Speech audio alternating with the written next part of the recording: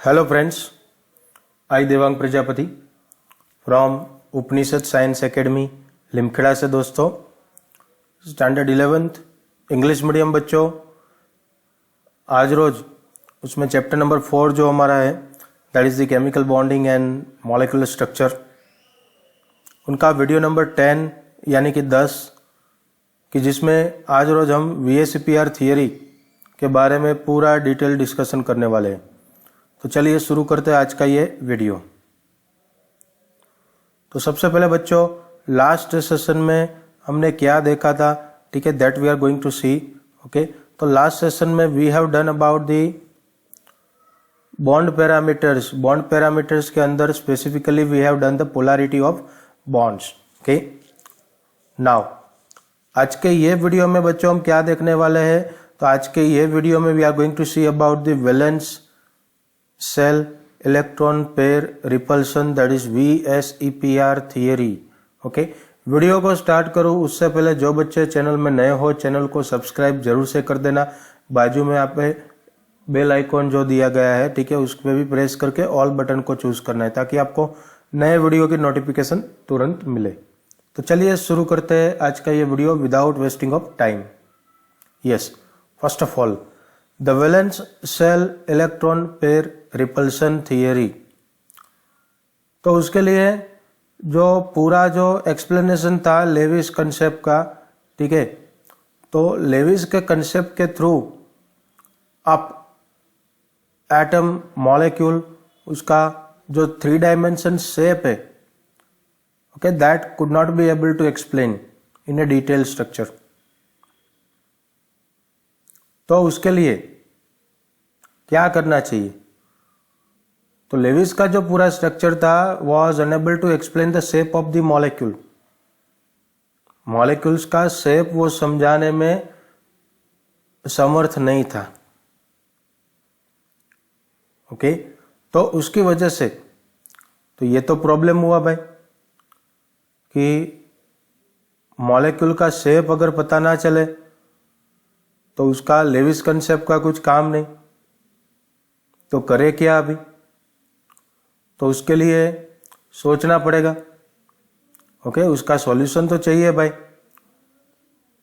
तो सॉल्यूशन क्या है, और कुछ नहीं पर हमारा कंसेप्ट VSEPR थियरी, ठीक है। तो उसके लिए लेविस कंसेप्ट को हमें छोड़ के VSEPR थियरी के पास जाना पड़ेगा, ठीक है। Now first of all this theory, ये थियरी क्या है भाई, तो this theory provides a simple procedure to predict the shape of the covalent molecules. जो कोवेलेंट मॉलिक्यूल रहता है, ठीक है, उनका शेप अगर आपको प्रिडिक्ट करना हो तो उसके लिए VSEPR थियरी काम में आने वाली है। Now Sidgwick and Powell, this are the 2 scientist. In 1940 they proposed that a simple theory based on theory concept पूरा उन्होंने समझाया किसके ऊपर, repulsive interaction of the electron pairs in the valence shell of the atoms। क्या समझाया उन्होंने, repulsive interaction मतलब कि जो अपाकर्षण होता है, एक दूसरे को अपोज करते हैं, वो वाला interaction in the electron pairs in the valence cell of the atoms.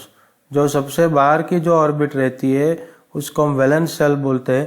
तो ये वैलेंस सेल के अंदर जो इलेक्ट्रॉन्स रहते हैं उसके अंदर जो रिपल्सिव इंटरेक्शन होता है, अभी देखो इलेक्ट्रॉन का चार्ज कैसा रहता है, तो कि भाई नेगेटिव चार्ज। तो नेगेटिव चार्ज जो है वो दोनों इलेक्ट्रॉन का चार्ज नेगेटिव नेगेटिव ही रहता है, तो एक दूसरे के बीच में क्या होने वाला है, रिपल्सिव इंटरेक्शन। तो ये रिपल्सिव इंटरेक्शन की एक्सप्लेनेशन थियरी की जो बाबत थी वो सब सिज्विक एंड पोवेल ने 1940 में प्रपोज की। Now another 2 scientist, Nyholm and Gillespie, both this scientist what they have done, it was further developed by them. जो VSEPR थियरी का जो कंसेप्ट था, ठीक है, वो डेवलप्ड एंड रीडिफाइंड किया गया नाइहोल्म एंड गिलेस्पी 1957 में। नाउ ये थियरी क्या है, उनके पोस्टुलेट्स क्या है, उसके बारे में अभी हम डिस्कस करेंगे एक एक करके, ठीक है। तो postulate number 1, the shape of the molecule depends upon the number of valence shell electron pairs. Molecule का जो शेप रहेगा, ठीक है, तो ये मॉलिक्यूल का शेप किसके ऊपर डिपेंडेंट है, तो वो सबसे पहले हमें देखना है।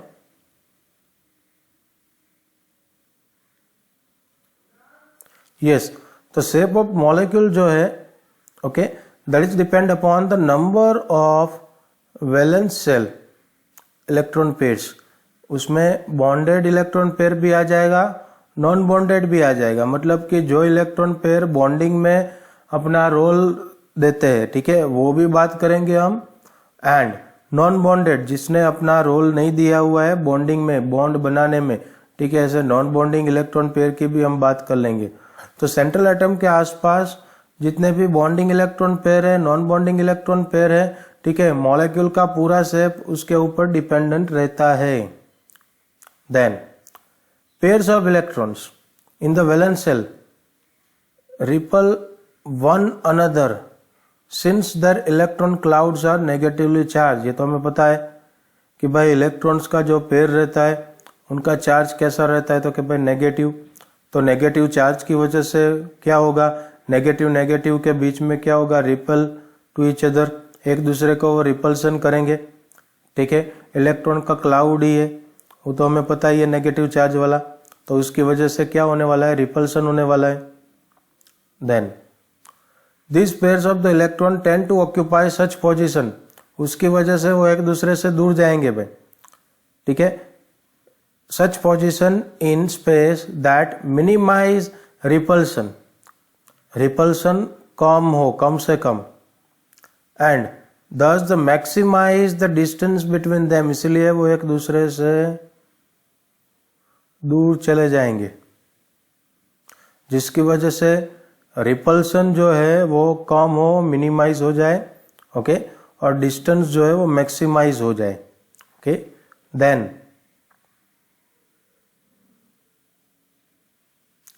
The valence shell is taken as a sphere, ये हमें पता है, वैलेंस शेल को हम स्फीयर कंसिडर करते हैं, okay, with the electron pairs localizing on the spherical surface at the maximum distance from one another.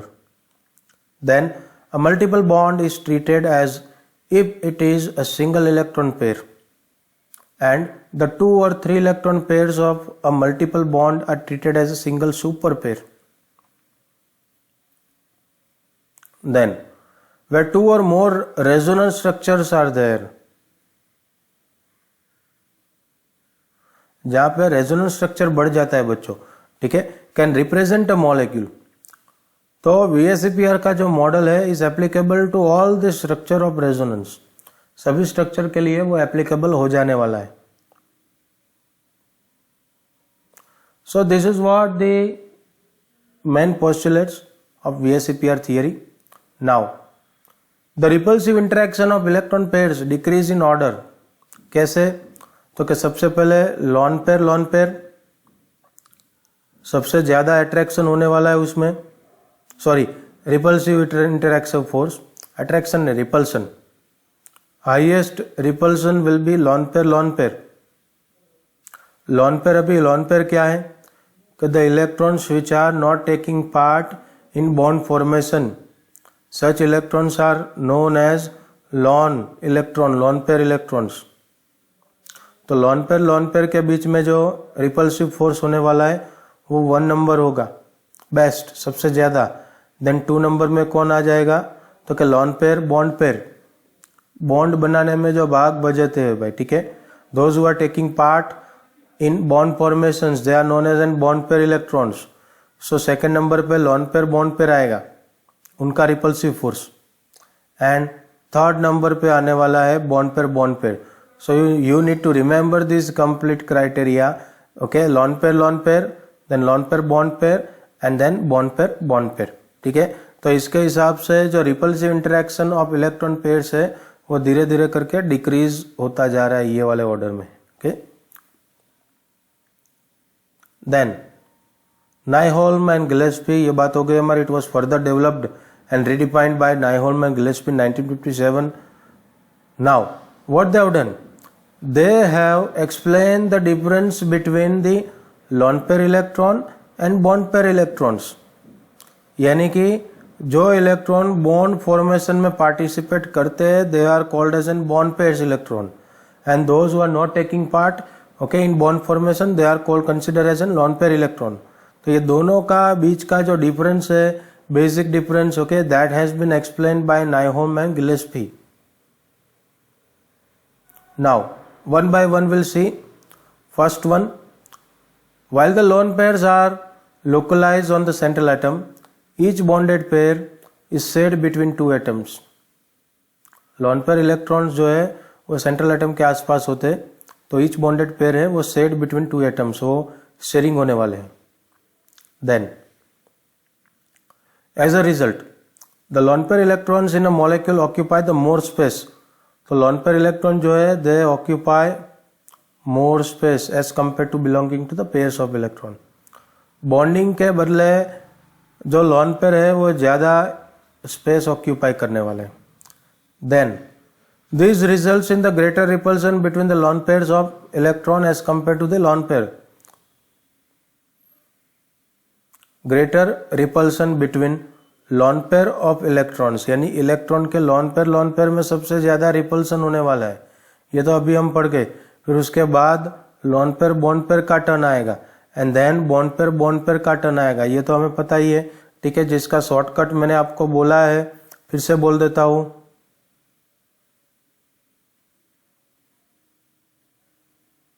LP 1 number, 2 number में कौन आएगा? LPBP. 3 नंबर में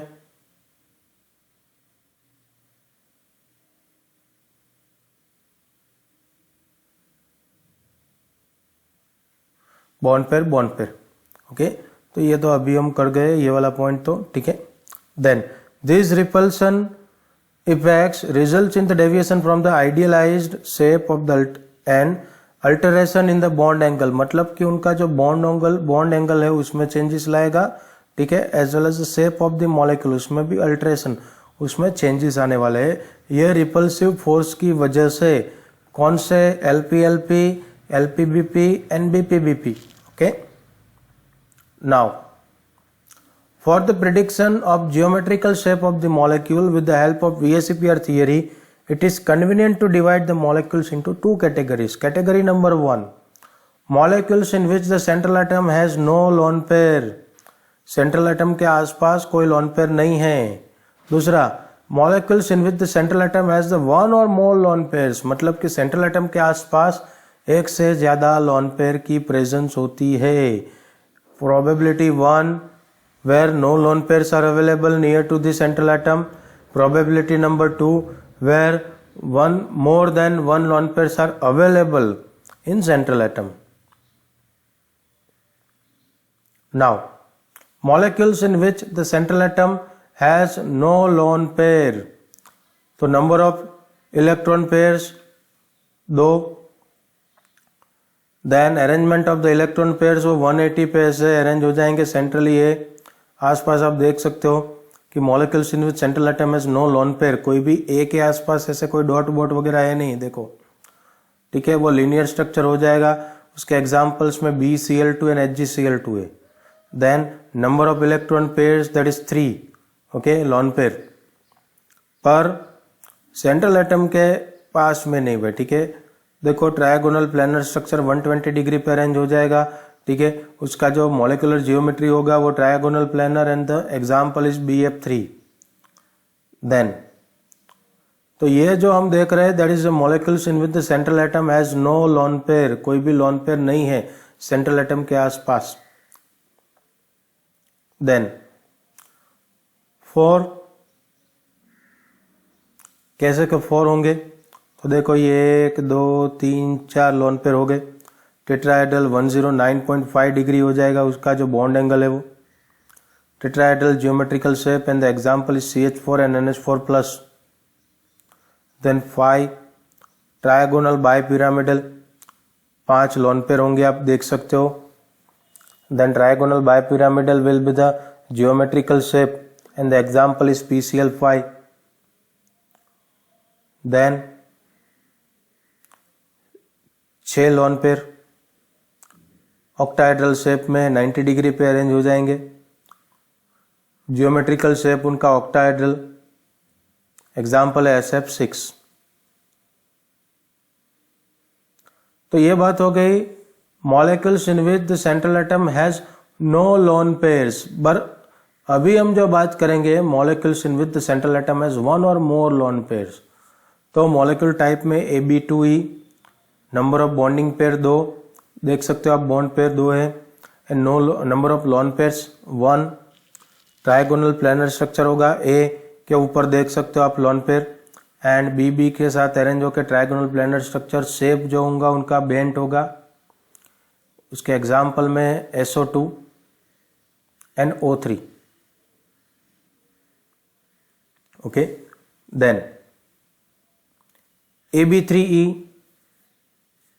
उसके स्ट्रक्चर्स में आप देखो तो मॉलिक्यूल का जो टाइप है, ठीक है, दैट इज द AB3E, और उसके अंदर जो हम स्ट्रक्चर देख रहे हैं, नंबर ऑफ बॉन्डिंग पेयर तो वो है 3, ठीक है, and number of lone pair उसमें है 1, number of bonding pair 3, lone pair 1, देख सकते हो आप यहाँ पे।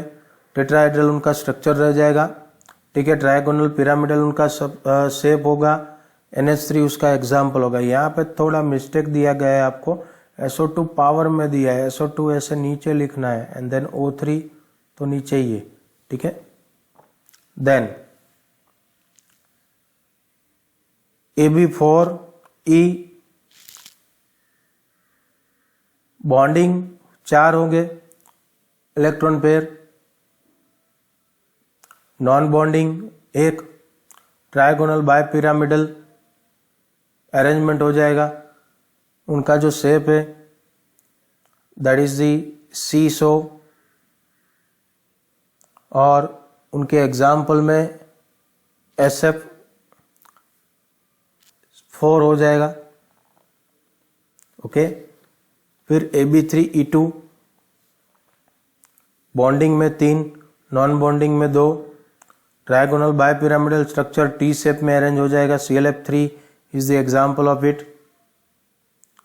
Then AB4E, 4 bonding, 1 non-bonding, trigonal bipyramidal structure CSO, SF4, ये रिपीट हुआ है, ठीक है पूरा।